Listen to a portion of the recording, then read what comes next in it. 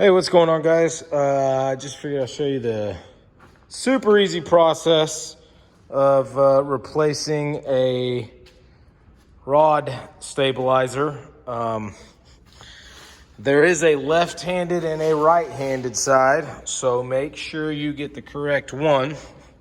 I got mine off of Power Sport Parts Warehouse online. They were like 40 bucks a piece. This is what it is. Basically like a little ball joint for this little stabilizer.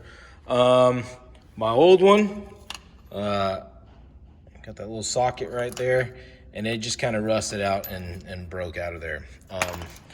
My right side over there is not broken, but it can't be, in much better shape than that one right there. So, a 9/16 socket is all you are going to need for this. Maybe a set of vice grips or some pliers or something. But that's really it. You have a a nut right there that goes on that bolt through this little tab, and then this side right here just puts, goes right through there. 9/16. I didn't have to hold it, to keep it from spinning when I put the new one on, but the old one I did. So that's what I'm saying. Grab you a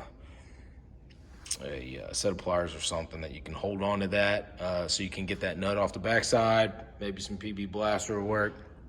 But that is it. Very simple.